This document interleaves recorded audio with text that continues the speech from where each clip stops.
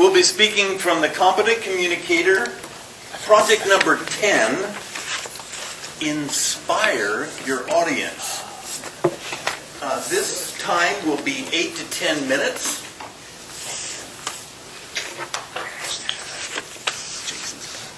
Leks is still a motivational speaker. It is difficult to live on this earth and not deal with the Holocaust at one point or the other in our lives. Holocaust is the reality of our lives. Leks will tell us how we can all make it out of the Holocaust of life. Please put your hands together for him as he comes to give his speech. Hope is a catalyst to make it out of the Holocaust of life.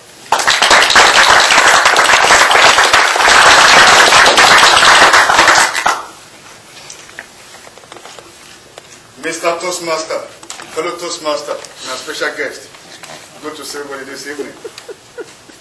It is impossible to live on this earth and not go through Holocaust at one point in our lives.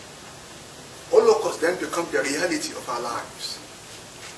Holocaust first took place during the World War II when Hitler intentionally orchestrated the death of over 60 million people. There are 11 million people out of these 60 million people that died inside Hitler's death chamber. Hitler sent all his military guys to Germany-dominated countries in Europe to take all the Jews to this Holocaust, to this prison, It was terrible. World War II then became the litmus paper for us to see how wicked human being can be. Most of the atrocity the world has ever seen happen during the World War II. There are 100 million people that were involved in World War II, and over 30 countries were involved. When Hitler sent his folks to go get all the Jews and brought them to this death chamber, it was terrible. When they got there, there were two lines. One line here and one line here. Folks that were on this line were women, old people, children, sick people. And folks on this line was men, adults who have energy to work. That very day that they got there, all the folks on this line were shot in the head. And they dumped their dead body inside the pit. And they burned their body. For the first time in history, the Jewish people were not only denied funeral, they were killed twice. All the folks on this line, they took them inside the prison. That was where hell broke loose. 11 million people died inside that prison. Out of these 11 million people were Hitler political opponents, homosexuals, many Russians, and more than 6 million Jews. The focus was on the Jew because Hitler did not only want to destroy the Jewish people, he wanted to destroy their tradition, their religion, and their culture. When they got inside this prison, they were not given good clothes. They just gave them one cloth. They were cold, they didn't have enough food to eat, and they killed people every day just for nothing. The prison guard were called SSS. They shot people in the head or in the stomach, and they used their blood to draw, to entertain their family. It was terrible. There were times when folks said they wanted to go use the bathroom. They took them to the bathroom and they turned on the gas. And they used this gas to kill thousands of people, thousands of Jewish people. And when they died, they used this crazy machine to break their bone. It was terrible. There was one particular day when all the prisoners were called out to come and look at what's going on out. What was going on?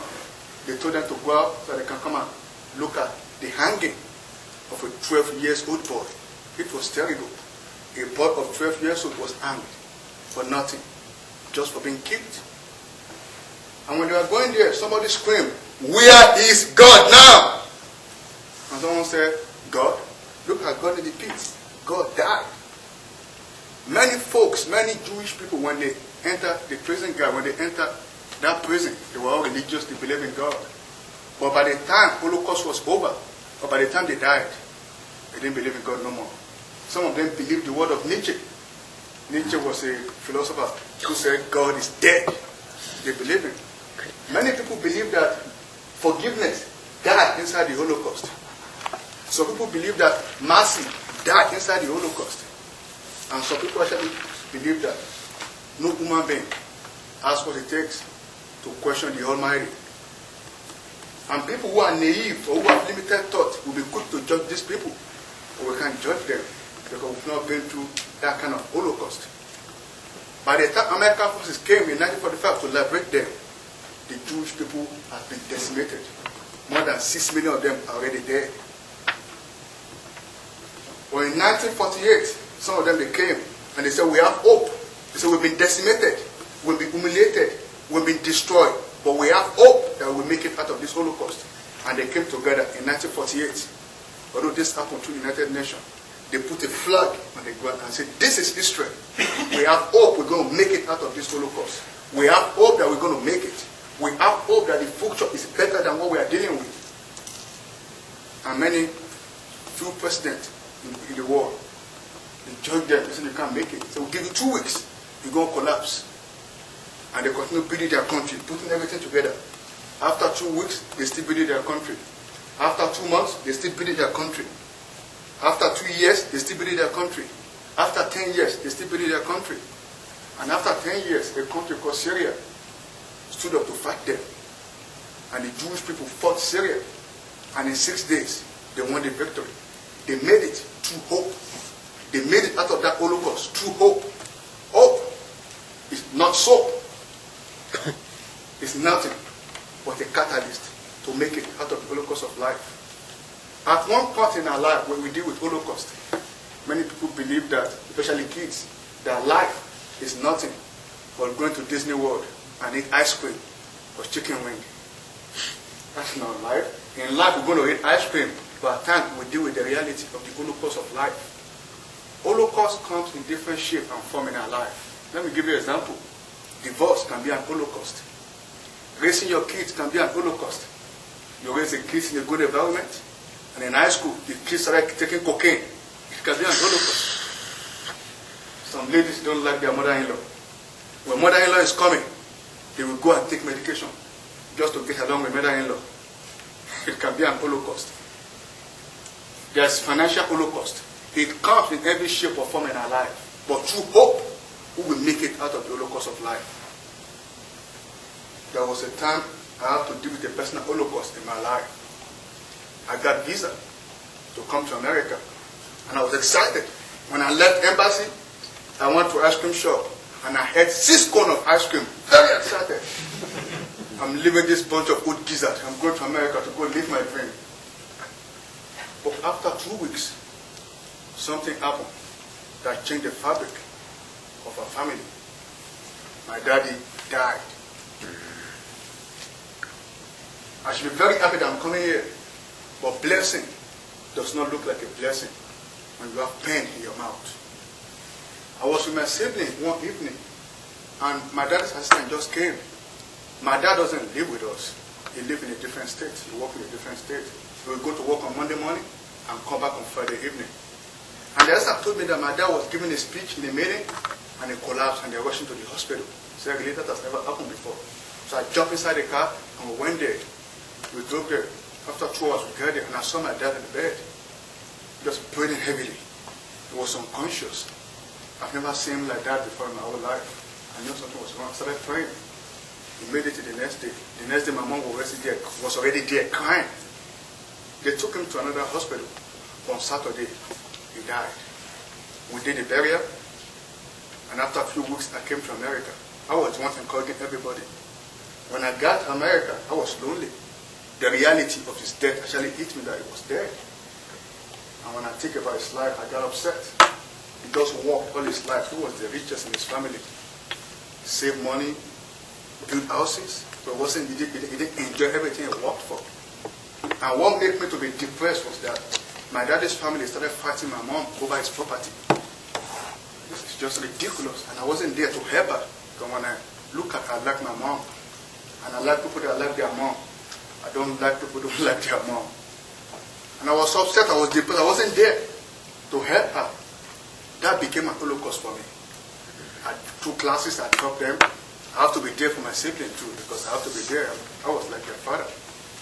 But I have hope that I'm going to make it out of this mess. I have hope. I'm not going to be always depressed about the death of my dad. I have hope, and through hope, I made it out of that Holocaust. Now it's over 10 years. We're all doing good. My sibling, we're all doing good. Actually, my only sister got married last week. Through hope, we all made it out. It doesn't matter what we are doing in life.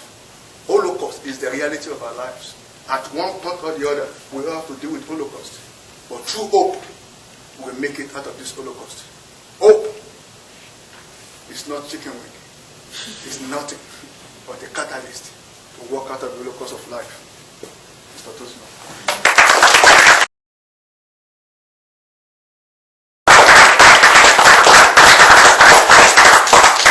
How am I supposed to follow up this evaluation? Oh my God. Whenever I'm against Ken and Rich, I say I have no chance. No chance. Anyway, fellow Toastmasters guests, and more specifically Leks, your objective for your speech was to inspire and educate. Did you ever educate us? Absolutely. You gave us the facts, you gave us the numbers, you gave us the monstrosities. I was getting depressed. And I'm saying, where would I get inspired? It was awful. But then you transition into your story, talking about your challenges and your successes. I really do appreciate your commitment and your enthusiasm to speak in front of people. Also, you have great eye contact. You touched everybody as you were speaking.